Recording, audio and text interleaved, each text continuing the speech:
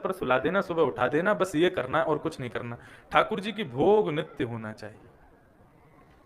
वो आपके घर में विराज रहे हैं तो आपके घर के सदस्य के रूप में ही विराजते हैं। उनको मूर्ति पाषाण भगवान समझ के पृथक मत करो अपने से। वो घर के ही सदस्य हैं। जिस प्रकार सबको भोजन है इसलिए उनको भी भोजन है। तो कर्माबाई से कह गए कि लाली रोज भोग लगा के और फिर पइयो। बोले ठीक। अब सीधी साधी कर्माबाई सुबह सुबह उठी बिना नहाए धोए और उसने अग्नि चेता के चूल्हा पर और उस पर कढ़ाई रख के और खिचड़ी बना रही है। और खिचड़ी बनाती जा रही है, दांतुन करती जा रही है। और दांतुन करते करते सोच रही है खिचड़ी कहीं लग नहीं जाए, तो दांतुन के पीछे के भाग से उसको चला देती है और फिर दांतुन कर रही है। ठाकुर जी के लिए बढ़िया सुंदर पात्र में खिचड़ी सजा करके और लड्डू गोपाल बैठे थे, उनके सामने जाकर के पधरा दिया। और पिता को देखती थी तुलसी रखनी है, फिर घंटी बजानी है, आदि आदि करके अब खड़ी हो गई। खाओ, देख लो इसमें नमक ज्यादा तो नहीं है, सब ठीक है ना। और ठाकुर जी की ओर देख रही, खाओ, खा क्यों नहीं रहे आप? लड्डू गोपाल ऐसे बैठे हैं, मूर्ति। अच्छा मैं चली जाऊं फिर खा लोगे आप? मेरे सामने शर्माए रहे हो? ठीक है मैं चली जा रही हूँ। चली गई, अपना आदि आदि काम कर करा के थोड़ी देर में लौट के आई। खाया कि नहीं खाया, आके देखी तो अभी भी खिचड़ी वैसी रखी। भगवान से पूरे दिन हो गए उसको प्रार्थना करते हुए, प्रभु भोग लगाओ ना, प्रभु खाओ ना। दोपहर का समय हो गया। कर्माबाई ने कहा था, पिताजी कह के गए जब तक ठाकुर जी भोग नहीं लगावे तब तक मत पाना। ठाकुर जी को पकड़ करके कहती है, इतने गोल मटोल होते जा रहे हो, यदि नहीं खाओगे तो तुम्हारे गाल पिचक जाएंगे, पतले हो जाओगे, और तुम पतले हो जाओगे तो बुरे लगोगे, तो फिर मैं पिताजी से कह के दूसरे गोपाल जी मंगवा लूंगी। ऐसी सरल भावना, ऐसी निष्काम भक्ति उसकी, इतनी प्रेम से ठाकुर जी से मनोविनोद कर रही है। ठाकुर जी खुद को रोक पाए? नहीं रोक पाए। तुरंत जगन्नाथ भगवान प्रकट हो गए और प्रकट होकर के कर्माबाई की खिचड़ी खाने लगे, उसके हाथ से पाने लगे। थाली भर के लाई खींचड़ो, ऊपर घी की पाट की, जीमो मारो शाम घड़ी, जमावे बेटी जाट की। थाली भर के लाई खींचड़ो, ऊपर घी की पाट की, जीमो मारो शाम घड़ी, जमावे बेटी जाट की। आप सब चुनावासी तैयार रहो, आज तो कृष्ण जन्म 12 बजे ही होगा। आज ना है जल्दी, भाव से गाओ। थाली भर के लाई खींचड़ो, ऊपर घी की बाट की, जीमो मारो शाम घड़ी, जमावे बेटी जाट की। थाली भर के लाई खींचड़ो, ऊपर घी की बाट की, जीमो मारो शाम घड़ी, जमावे बेटी जाट की। जमावे बेटी जाट की, जमावे बेटी जाट की, जमावे बेटी जाट की, जमावे बेटी जाट की। ओ बाबा मारो काम गयो है, ना जाने कब आवे गो। बाबा मारो काम गयो है, ना जाने कब आवे। बाबा मारो काम गयो है, ना जाने कब आवे गो। बाबा मारो काम गयो है, ना जाने कब आवे गो। उनके भरोसे बैठो रहो तो भूखो ही रह जावे गो। उनके भरोसे बैठो तो भूखो ही रह जावे गो। हाँ, उनके भरोसे बैठो रहो तो भूखो ही रह जावे गो। उनके भरोसे बैठो तो भूखो ही रह जावे गो। कर्माबाई कह रही है, बोले खिचड़ी देख के तुम्हारा मन ना कर रहा हूँ, मीठो खावे को मन कर रहा है, आज खिचड़ी खा लो, कल रबड़ी खिलाऊंगी। आज जमाऊं नाने खिचड़ो, काल रबड़ी खाट की, आज जीमो मारो शाम घड़ी, जमावे बेटी जाट की। थाली भर के लाई खिचड़ो, ऊपर घी की बाट की, जीमो मारो शाम घड़ी, जमावे बेटी जाट की। जमावे बेटी जाट की, जमावे बेटी। भक्तवत्सल भगवान की।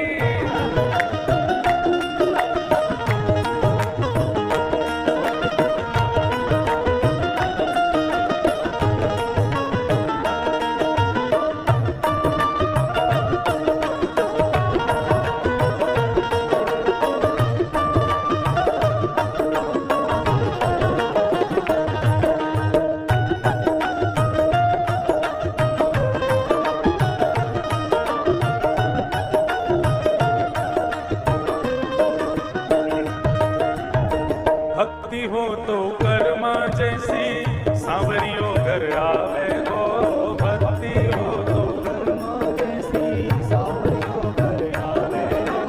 भक्ति हो तो कर्मा जैसी सांवरियों घर आवे गो, भक्ति हो तो कर्मा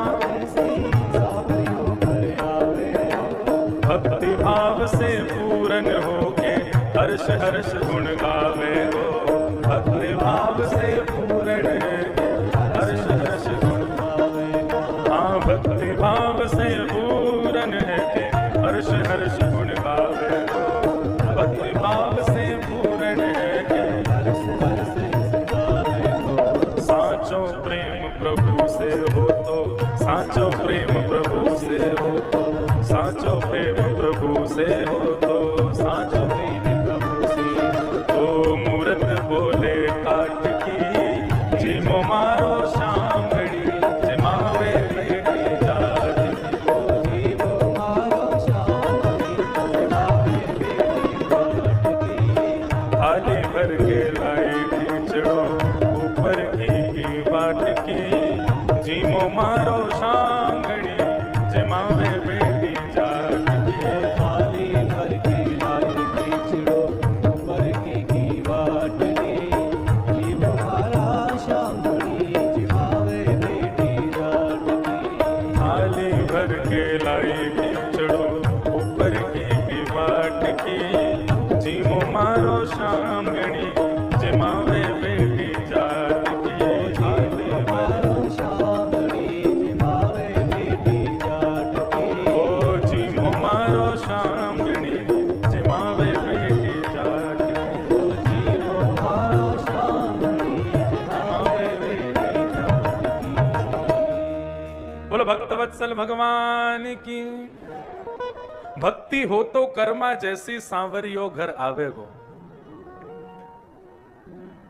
भक्ति भाव से पूर्ण होके हर्ष हर्ष गुण गावे गो। भगवान को भक्ति भाव अति प्रिय है।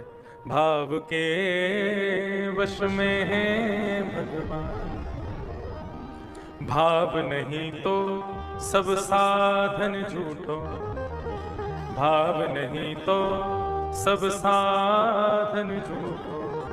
बिरथा सकल निधान, भाव के वश में है भगवान। भाव नहीं तो भाव होए तो, भाव नहीं तो हर मंदिर में, भाव नहीं तो हर मंदिर में दीखत बस पाषाण। और भाव होए तो जित देखूं तित दीखत सुंदर श्याम, भाव के वश में। भाव नहीं तो हर मंदिर में दीखत बस पाषाण, पत्थर ही दिखेगा। और भाव होए तो जित देखूं उतित दीखत सुंदर श्याम। परीक्षित जी महाराज को श्री सुखदेव जी कह रहे हैं कि तुम मुक्ति मांग रहे हो भक्ति को छोड़ के। अरे वही मुक्ति मांग रहे हो जो मुक्ति रावण कंस आदि राक्षसों को भी मिली है। क्या केवल उस मुक्ति की प्राप्ति के लिए भगवान ने तुम्हारी मां के गर्भ में आकर के तुम्हारी रक्षा की थी? अरे परीक्षित सोचो, कोई विलक्षण भाव विलक्षण भक्ति की स्थापना तुम्हारे द्वारा करवानी है, इसलिए भगवान ने तुम्हारी मां के गर्भ में आकर रक्षा की। साधारण मुक्ति के लिए 7 दिन शेष हैं। यदि आज 7वां दिन होता ना, और यदि तुम्हारे सांस निकल रही होती, अंतिम क्षण तुम्हारा होता, तुमने इन 7 दिनों में कोई क्रिया नहीं की होती, अंतिम क्षण में भी यदि मैं आ जाता तो तुमको मुक्ति दे देता। लेकिन तुम्हारे जीवन के 7 दिन शेष हैं, उनके बारे में पूछो ना। तब परीक्षित महाराज के हृदय से मुक्ति की इच्छा खत्म हुई। तब उन्होंने कहा, समीचीनम वचो भगवन सर्वज्ञस्वत्ववानघ तमो विशीर्यते मह्यम हरे कथयतः कथा। अब मुझे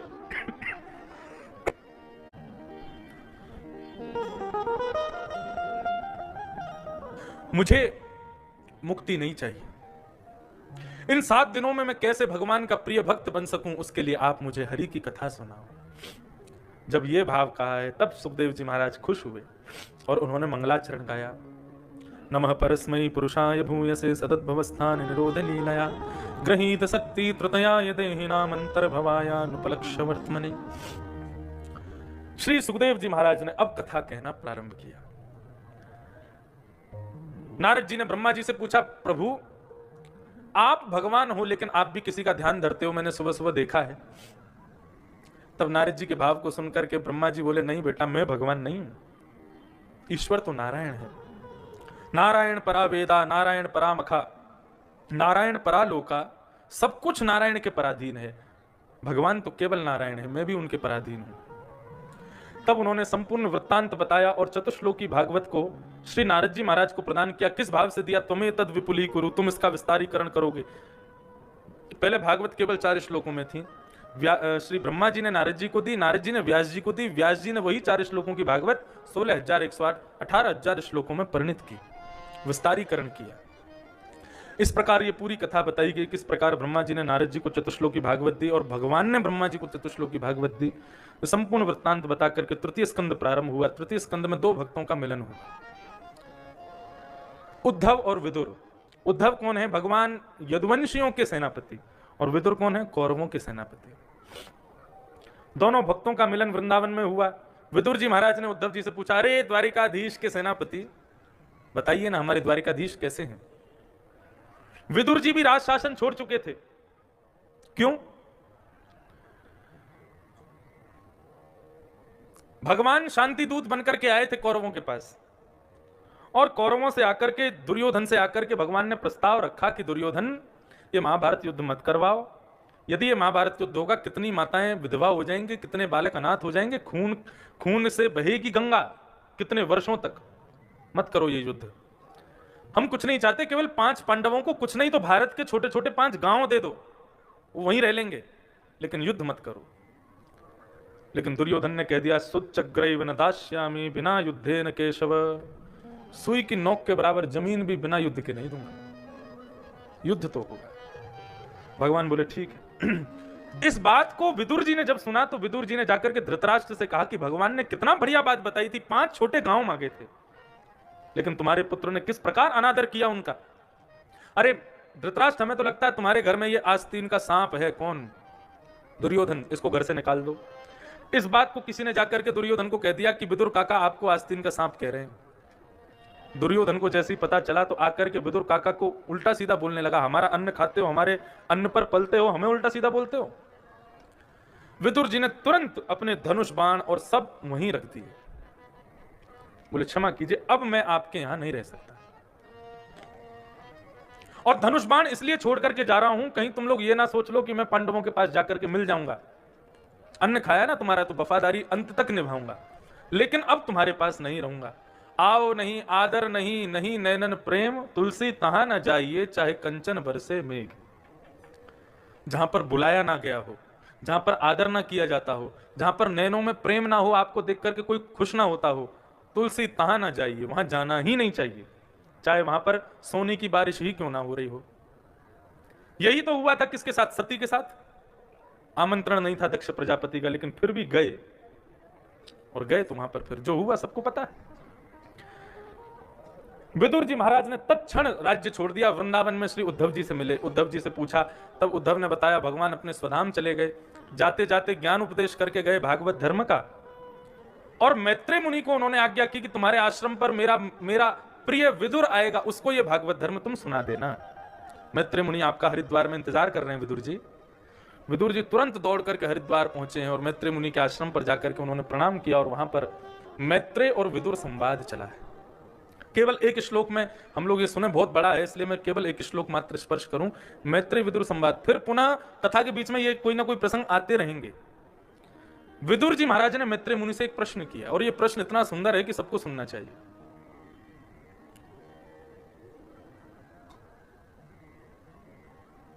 सुखाय कर्माणि करोति लोको न ते सुखम धान्यदुपारं वा विन्देत भूयस्तद एव दुःखं यदत्र युक्तं भगवान वदेन्।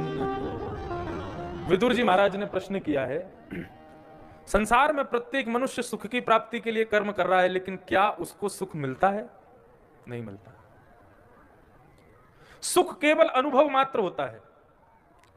जब सुख की प्राप्ति के लिए कर्म किया गया तो फिर सुख मिलता क्यों नहीं है?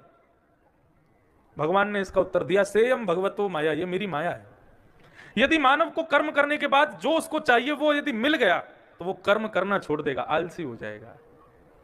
इसलिए मैं सदैव उसको वो वस्तु देता तो हूं, लेकिन किसी ना किसी वस्तु का सदैव अभाव बना करके रखता हूं, ताकि उसको पाने के लिए वो कर्म में लगा रहे, करता रहे, करता रहे। वास्तव में सुख क्या है? सुख केवल एक इमेजिनेशन है, सुख केवल एक सोच है हमारी, वास्तव में सुख होता नहीं है। अब आपको क्या बताएं, शास्त्रों में ऐसा वर्णन है कि देवता अमृत पीते हैं, लेकिन जब हम लोगों को रसगुल्ला खाता और कचौड़ी खाता हुआ देखते हैं ना, तो देवताओं को हम पर घृणा होती है। राम राम राम, क्या खा रहे हैं, हमारा अमृत अच्छा है इससे। तो ये लोग कैसे खा जाते हैं? जब हम लोग रसगुल्ला गुलाब जामुन एक बार में गप्प करते हैं तो देवताओं को बड़ी घृणा होती है हमसे। शास्त्राज्ञा है सच में। बोले किस प्रकार? बोले जिस प्रकार मानव को कुकर सूकर को देख के घृणा होती है, राम राम क्या खा रहे हैं। लेकिन वास्तव में उनके लिए वही रसगुल्ला है, वही गुलाब जामुन है, कुकर सूकर को उसी में ही सुख मिलता है। ठीक उसी प्रकार ये सुख क्या है? मैंने जिसको सुख मान लिया वही सुख बन जाता है।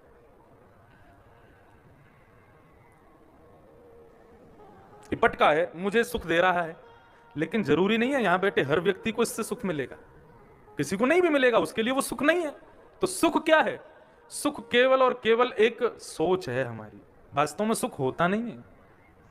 हम जिसमें सुख अपने आप को मान लें, जिसमें सुखी खुद को समझ लें, उसमें सुख है, नहीं तो नहीं है।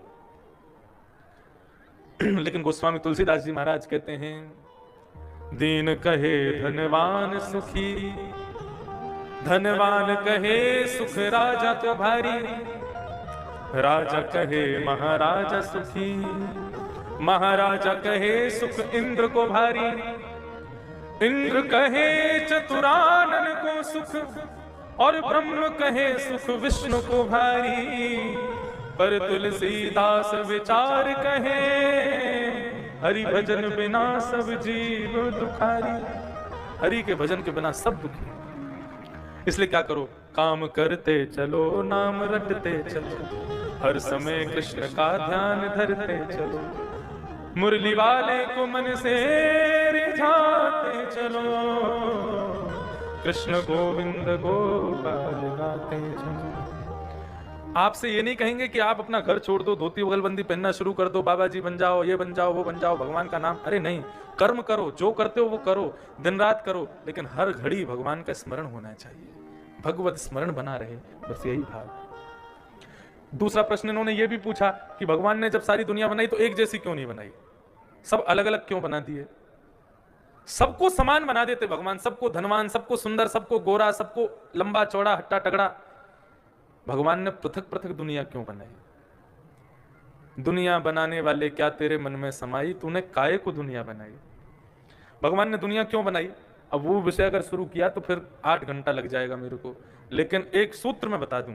भगवान जब प्रलय करते हैं तो पूरे तीनों लोगों को अपने अंतस्थ में धारण करके सो जाते हैं, और जब उठते हैं कुछ नहीं होता, केवल ब्रह्म होते हैं भगवान। तब अपना स्नान ध्यान करके भगवान अकेले बैठे बैठे क्या करें, सोचते रहते हैं, कभी कुछ करूं। तो अपना मन लगाने के लिए भगवान कहते हैं मैं एक हूं, यदि बहुत होता तो कितना अच्छा होता। एको हम बहुश्याम, जैसे ही भगवान सोचते हैं मैं बहुत होना चाहता हूं, इतने में नाभि से कमल उत्पन्न, उस पर ब्रह्मा जी उत्पन्न, वो सृष्टि बनाते हैं, पृथ्वी बनती है, उद्भिद सबसे पहले बनते हैं पेड़, जमीन फाड़ करके पैदा होने वाले। भगवान उनको आज्ञा करते हैं ऐसा मानव बनाओ जो कर्म भी करे और भजन भी करे। सबसे पहले पेड़ बनाए, इनको कहते हैं उद्भिद, जमीन फाड़ के पैदा हुए, इनको बनाया, लेकिन ये भी कर्म करते हैं, भजन नहीं करते। तब बोला कोई और बनाओ, तब उसके बाद में उन्होंने बनाए उद्भिद के बाद बनाए स्वेदज। स्वेदज यानी कि उद्भिद पेड़ों के पत्तों की गंदगी से उत्पन्न होने वाले छोटे छोटे कीड़े मकोड़े जीव जंतु, इनको बनाया स्वेदज। उद्भिद बन गए, स्वेदज बन गए। उसके बाद बनाए जरायुज, नहीं अंडज, अंडे से पैदा होने वाले। लोग पूछते हैं पहले अंडा आया कि मुर्गी? भागवत के अनुसार सबसे पहले अंडा बनाया गया, अंडज। उसके बाद में अंडे से पैदा होने वाले सारे जीव जंतु बना दिए गए, और अंत में बनाए जरायुज, जो जरा में लिपट करके होते हैं, गाय भैंस चीता जिब्रा जिराफ, इन सबको बनाया।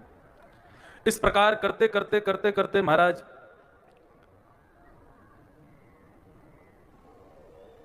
83,99,999 प्रकार के जंतु बना दिए, लेकिन अब भी मन को शांति नहीं मिली। सब कर्म करते हैं, भजन कोई नहीं करता। तब भगवान ने इनको चतुश्लोकी भागवत दी। ब्रह्मा जी से कहा इसका जाप करो, पुरुषचरण करो। पुरुषचरण करके जब उन्होंने रचना की, तब उन्होंने सनक सनंदन सनातन सनत कुमार पहले मानव की रचना की। भागवत की विज्ञान, भागवत की साइंस ये है। पहले मानव कौन है पृथ्वी के? सनक सनंदन सनातन सनत कुमार। चारों का जन्म होते ही ब्रह्मा जी ने कहा कि बेटा मैंने तुमको क्यों बनाया? बोले भजन करने के लिए बनाया। और भजन करते हुए चारों चले गए। बोले कि अब ये भजन ही भजन करेंगे, कर्म नहीं करेंगे तो कैसे चलेगा? तब 10 मानस पुत्र बनाए, जिसमें सबसे छोटे नारद जी।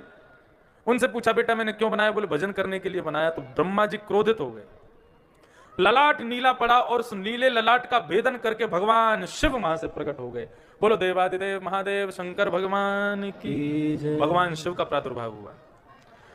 शंकर जी को ब्रह्मा जी ने पकड़ा, बेटा मैंने क्यों बनाया है आपको? बोले भजन करने के। बोले चुप, भजन भजन भजन, कर्म कौन करेगा? जाओ जाकर के सृष्टि करो। अब शंकर जी का सृष्टि में मन ही नहीं लग रहा, संसार बनाने में उनकी कोई रुचि नहीं। आज हम लोग गए थे केदारनाथ, देखो कैसे बाबा कहां बैठे हैं, बिल्कुल बिहार जंगल में एक पर्वत के नीचे, पूरे दिन भीगते ही रहते हैं। भीगे देवता पूरे दिन गीले रहते हैं। रस में रसीली रस में रहत गड़ी, एक पद है हमारे अष्ट सखाओं का। ऐसे ही भगवान शिव हमेशा रस में सराबोर रहते हैं, सदैव भीगते रहते हैं।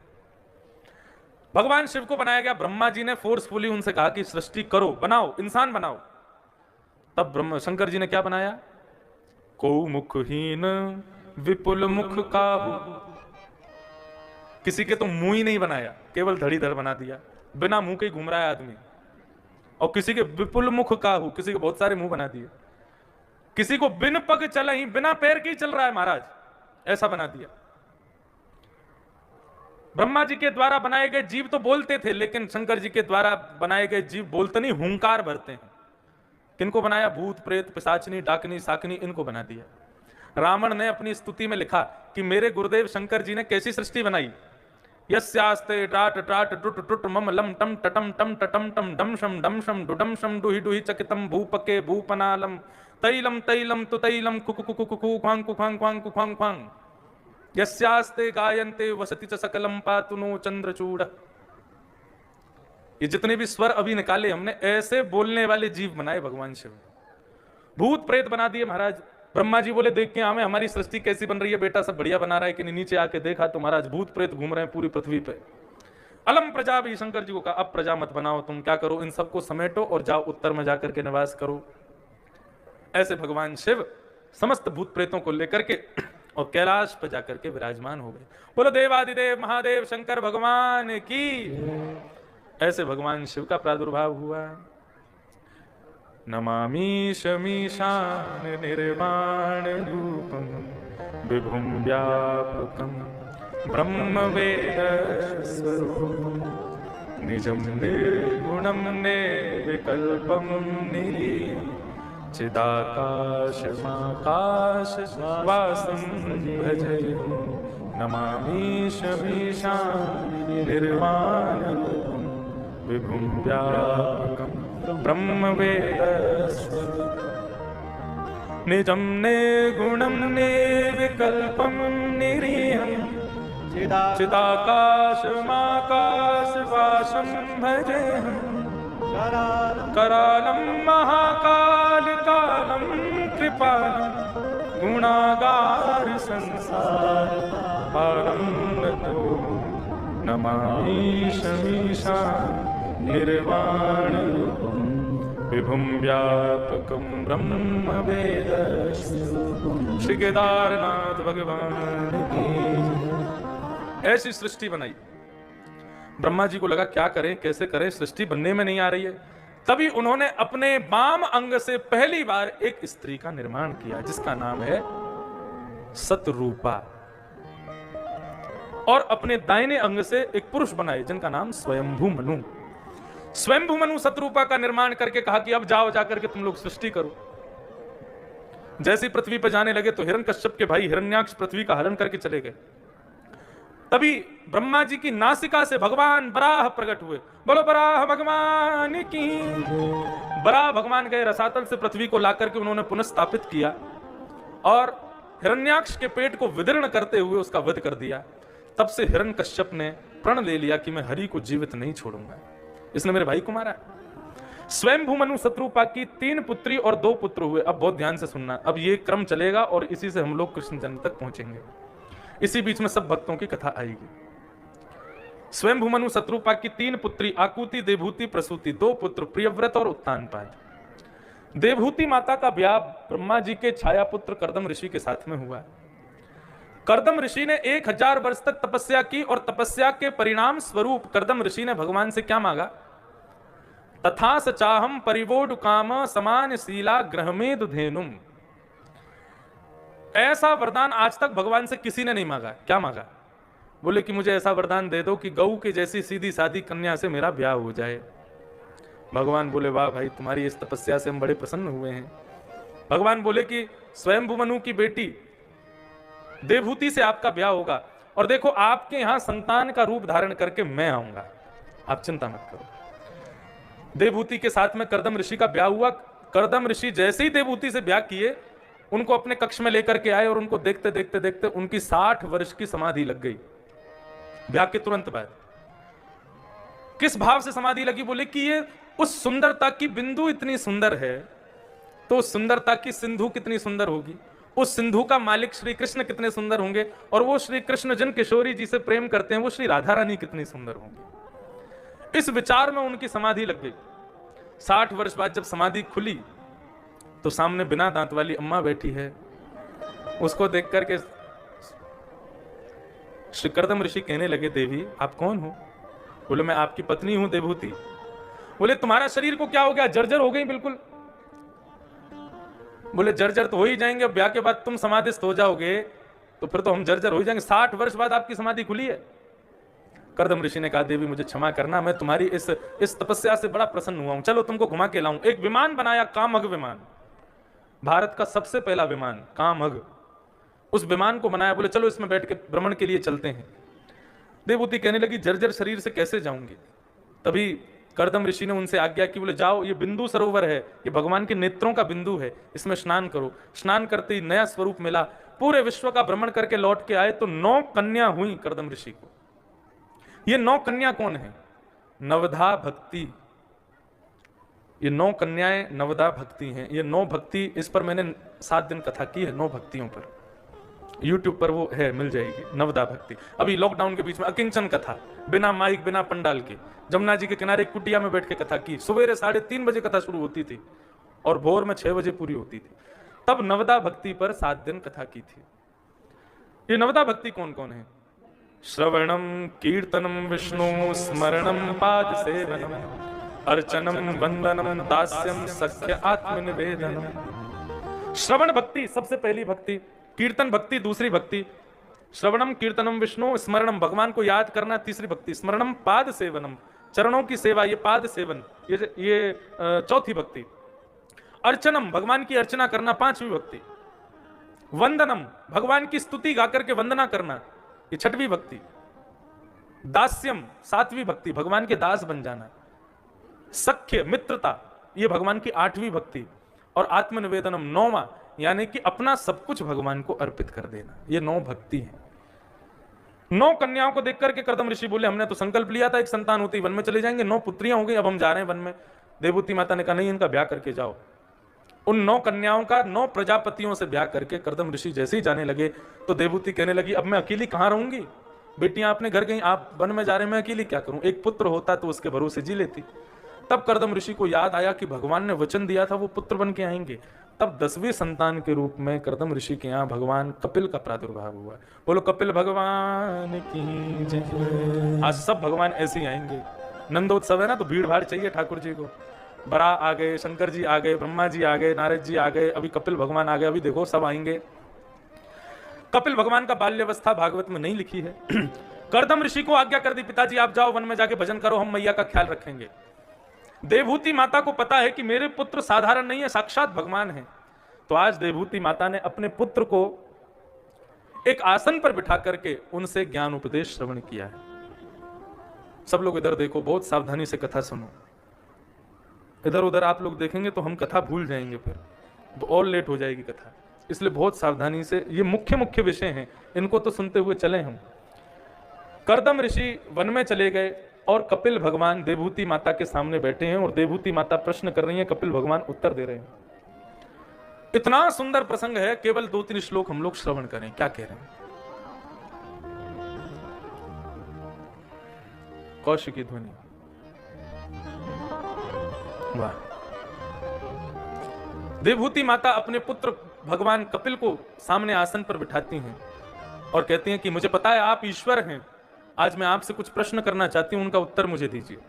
भगवान कपिल कहते हैं मां पूछो। ये श्रीमद् भागवत की फिलॉसफी है।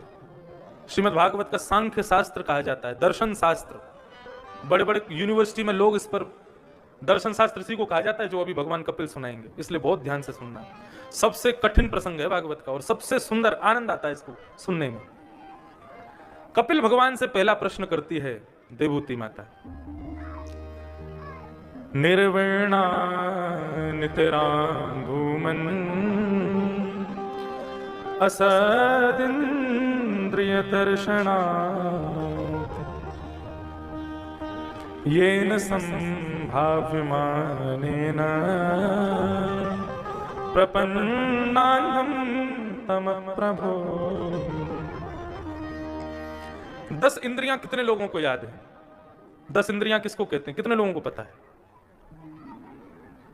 अब सुन लो, वैसे तो हम 4 दिन से बता ही रहे हैं, लेकिन आज याद कर लेना, तभी ये प्रसंग समझ में आएगा। 5 ज्ञानेंद्रिय और 5 कर्मेंद्रिय, ये 10 इंद्रियां हैं। ज्ञानेंद्रिय उनको कहते हैं जिनसे आपको कुछ पता चलता है, और कर्मेंद्रिय उनको कहते हैं जिनसे आप कोई कर्म करते हो। तो ज्ञानेंद्रिय कौन सी है? गुना बहुत सुंदर है, ये आपको कैसे पता चलता है? नेत्र, पहली ज्ञानेंद्रिय। कौशिकी ध्वनि राग बहुत मधुर है, ये कैसे पता चलता है? कान, दूसरी ज्ञानेंद्रिय। कथा बहुत बढ़िया है, कैसे पता चलता है? कानों से, दूसरी ज्ञानेंद्रिय। पुष्पों की सुगंधी बहुत अच्छी है, ये कैसे पता चलता है? नासिका, तीसरी ज्ञानेंद्रिय। प्रसाद बहुत सुंदर बना है, किससे पता चलता है? जिह्वा, चौथी ज्ञानेंद्रिय। बाहर बहुत ठंडी थी आज सुबह, कैसे पता चला? त्वचा, 5वीं ज्ञानेंद्रिय। ये 5 ज्ञानेंद्रिय हो गई। ऐसे ही 5 कर्मेंद्रिय। आपको बाइक चलानी है, गाड़ी चलानी है, तो हाथ पहली कर्मेंद्रिय, दूसरे पैर, दूसरी कर्मेंद्रिय। किसी के मंच पर जाकर के संभाषण करना है तो तीसरी ज्ञानेंद्रिय मुख, बोलते हो आप। और 2 मलमूत्र आदि परित्याग की 2 गुप्त इंद्रिय, ये 5 कर्मेंद्रिय। ये हैं कितनी? 10 इंद्रियां। अब समझ आ गई 10 इंद्रियां। अब सुनो प्रसंग क्या है। श्री देवहूति महारानी प्रश्न कर रही हैं कि प्रभु, हम मानव सुबह उठने से रात्रि सोने तक करते क्या है? केवल अपनी इंद्रियों को प्रसन्न करने में लगे रहते हैं। आंखों को जो चाहिए दिखाते हैं, जीभ को जो चाहिए खिलाते हैं, कानों को जो चाहिए सुनाते हैं, हाथों को जो चाहिए उसको दिलाते हैं, पैरों को जैसी चप्पल चाहिए दिलाते हैं। अपनी प्रत्येक इंद्रिय की हम लोग सेवा करते रहते हैं, प्रत्येक इंद्रिय की इच्छाएं पूरी करते रहते हैं, लेकिन हमारी इंद्रियों की इच्छा हर दिन बढ़ती जाती है, कभी पूरी नहीं होती। हम ऐसा क्या करें जिससे हमारी इंद्रियों की इच्छाएं पूरी हो जाएं, तृप्त हो जाएं। इन असद इंद्रियों की इच्छाओं को पूर्ण करते करते हार गई हूं मैं। ये इंद्रियां तृप्त होती नहीं है। आज अगर इच्छा हुई रसगुल्ला खाना है तो आज खा लेंगे, तो कल इच्छा नहीं होगी, कल पुनः इच्छा होगी। ऐसा हम क्या करें कि एक बार इन इंद्रियों को जो दे दिया। मानव पाप क्यों करता है? केवल अपनी इंद्रिय को सुख देने के लिए पाप करता है। केवल अपनी इंद्रियों को सुख देने के लिए ही हम पाप करते हैं, और केवल इंद्रियों को सुख देने के लिए ही पुण्य करते हैं। आपके कानों को कथा मधुर लगती है, इसीलिए तो आ रहे हो, कानों को सुख मिल रहा है। वास्तव में इन इंद्रियों की इच्छा पूरी कैसे हो, कैसे इनकी इच्छाएं फिर दोबारा प्रकट ना हो, ये कैसे हो सकता है? भगवान से प्रश्न किया, भगवान उत्तर दे रहे हैं। चेतः खलवस्य बंधाय रतं वा पुंसि मुक्तये गुणेषु सतं बंधाय रतं वा पुंसि मुक्तये। मां, इंद्रियों को दोष मत दो। अरे ये इंद्रियां मैंने बनाई हैं, इन इंद्रियों में दोष कैसे हो सकता है? आंख मैंने बनाए अपने दर्शन के लिए, यदि आंख नहीं देता तो दर्शन कैसे करते? कान मैंने बनाए अपनी कथा सुनने के लिए, कान नहीं होते तो कैसे सुनते? जीभ मैंने बनाई अपने प्रसाद को चखाने के लिए, नहीं होती तो कैसे मिलते? हाथ मैंने दिए मेरी करताल बजाने के लिए, मेरे भजन कीर्तनों में सुंदर करताल के लिए मैंने हाथ दिए, चरण मैंने प्रदक्षिणा के लिए दिए, ये प्रत्येक अंग मैंने अपनी सेवा के लिए दिया है। इन इन अंगों को आप दोषी नहीं कह सकती हो, ये अंग दूषित नहीं है। तो दूषित कौन है? बोले 10 तो आपके दास हैं, लेकिन इन 10 का नियंत्रण करने वाला मन दोषी है। जीभ की इच्छा नहीं होती कुछ खाने की, मन की इच्छा होती है। आंखों की इच्छा नहीं होती कुछ देखने की, मन की इच्छा होती है। मां कुछ नहीं करना, केवल मन को सुधारना है। और ये मन कैसे सुधरेगा? बोले मन केवल और केवल संगति से सुधरेगा। संगति कैसे सुधरे? संगति किसकी करनी चाहिए? बोले संतों की संगति करो। संत किसे कहते हैं? मैं बहुत सूक्ष्म में सब बोलता जा रहा हूं, ये सब पूछती जा रही है मैया, संगति किसकी करें? बोले संतों की करो। संत किसे कहते हैं? तब भगवान कहते हैं ये लक्षण जिसमें दिखे समझना वो संत है। ये कौन कौन से लक्षण? सावधानी से सुनो। तितिक्षवः कारुणिका श्रुहितः सर्वदेहिना अजात सत्सवः शांता साधवः साधुभूषणा। 5 गुण जिसमें दिखे मैया वही संत है। ऐसे व्यक्ति का संग करना चाहिए। पहला गुण तितिक्षव, तितिक्षु कहते हैं सहनशील को। आज के मानव में सारे गुण हैं लेकिन सहन शक्ति नहीं है, वो सहन नहीं कर सकता। एक संत गंगा जी में स्नान कर रहे थे, तो गंगा जी में स्नान करते हुए उन्होंने देखा सूर्य अर्घ प्रदान कर रहे थे, तभी गंगा जल में एक बिच्छू बहता हुआ आया। तो उन्होंने अपने कहा कि भाई डूब जाएगा, इसको अंजलि में भर के बाहर करना लगे, तो उसने डंक मार दिया। जैसे ही डंक लगा तो हाथ में दर्द हुआ, छूट गया, फिर से बहने लगा, फिर से बहने लगा तो फिर उठाया, फिर डंक मार दिया, फिर से बहने लगा, फिर उठाया, फिर डंक मार दिया। एक आदमी बाहर खड़ा खड़ा देख रहा था, बोले महाराज जी आप इसको मरने क्यों नहीं देते हो? बार बार उठा करके इसके डंक को क्यों सहन कर रहे हो? तब संत ने कहा वो बिच्छू होकर के अपना डंक मारने का स्वभाव नहीं छोड़ता, तो मैं संत होकर बचाने का स्वभाव क्यों छोड़ दूं? वो बिच्छू है, वो डंक मारेगा, लेकिन मैं तो संत हूं। तितिक्षु, सहनशील, पेशेंस, ये संत का पहला लक्षण है, सहनशीलता। दूसरा लक्षण संत का क्या है? कारुणिका, करुणा, सब पर करुणा करे। श्री नामदेव जी महाराज रोटी बना बना के रखते जा रहे, इतने में कुत्ता आया और मुंह में दबा के भाग गया। तो नामदेव जी उसके पीछे घी का डिब्बा लेके भागे, अरे पंडरीनाथ, अरे विठलनाथ, रुक जा, मुझे पता है तुम ही रूप बदल के आए हो, रूखी रोटी मत खाना, घी लगाने दो उसमें। जैसे ये भावना प्रकट की, कुत्ते में से भगवान प्रकट हो गए। सब पर करुणा करो।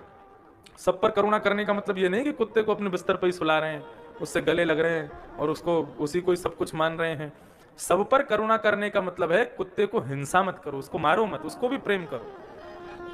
ये दूसरा लक्षण है संत का, सब पर प्रेम करता है, चाहे वो उसका प्रेमी हो चाहे बैरी हो, सबसे प्रेम करता है। कारुणिका, सुहृदः, सबका शुभ चिंतक, एक बार को अपना घाटा हो तो चले लेकिन सबकी भलाई सोचे, ये संत का तीसरा लक्षण है। अजात शत्रवः, उसका कोई शत्रु नहीं होना चाहिए, उससे किसी की शत्रुता नहीं होनी चाहिए, अजात शत्रवः। और अंतिम गुण है संत का शांता, बहुत कम बोलने वाला होना चाहिए, ज्यादा बोलने वाला संत नहीं होना चाहिए। ये संत के 5 लक्षण हैं, और ये 5 लक्षण यदि किसी पैंट पहनने वाले में भी हैं तो वो भी संत है, और किसी भगवाधारी में भी ये लक्षण नहीं है तो वो संत नहीं है। ये 5, इसमें कहीं भी नहीं लिखा कि भेष से संत होता है। भेष की बहुत बड़ी गरिमा है, लेकिन भेष से ज्यादा अंदर के गुण ऐसे होने चाहिए तो तुम संत बनोगे। मां, ऐसे संतों का संग करो, मन अपने आप सुधर जाएगा, मन अपने आप सुहृद हो जाएगा। इस प्रकार भगवान मन को सुधारने के भाव बताते हुए, भगवान से पूछा गया आपके मंदिर में सबसे पहले, आपके अंग में सबसे पहले कौन से अंग का दर्शन करना चाहिए? केवल ये बात सुनो, फिर हम आगे चलेंगे। तब भगवान कहते हैं संचिंतयेत भगवतश्चरणारविंदम वज्रांकुशध्वजसरोरुहलांचनाट्यम। मानव को मंदिर में जाकर के सबसे पहले भगवान के चरणों का दर्शन करना चाहिए। चरणों का दर्शन करके फिर घुटने का, फिर तटी भाग का, फिर वक्षस्थल का, फिर दोनों भुजाओं का, अंत में दर्शन करना चाहिए मुखमंडल का। लेकिन हम लोग क्या करते हैं, जाति सीधा मुखमंडल देखा, श्रृंगार देख के फिर आंख और बंद कर लेते हैं। मंदिर में जाके आंख क्यों बंद करते हैं? देखने के लिए, दर्शन के लिए मंदिर गए, आंख खोल के खूब देखो ठाकुर जी को। मंदिर से बाहर निकल करके पीछे बैठ के तब नेत्र बंद करो, वहां बैठ करके फिर ध्यान लगाओ। इस प्रकार भगवान ने ध्यान की विधि बताते हुए अष्टांग योग बताया, यम, नियम, आसन, प्राणायाम, प्रत्याहार, ध्यान, धारणा, समाधि। इस प्रकार से भगवान ने अष्टांग योग बताए। अब इन पर चर्चा तो करनी है, जल्दी जल्दी सुन लो। यम किसको कहते हैं? इंद्रियों की इच्छाओं को पूरा ना करना यह यम है। नियम किसे कहते हैं? आपके जीवन में सुबह उठकर स्नान के बाद एक नियम जरूर होना चाहिए, चाहे राम जी वाला ही नियम अपना लो, प्रातः काल उठ के रघुनाथा, मात पिता गुरु नाम ही माथा। कोई भी एक नियम जरूर होना चाहिए, सद नियम।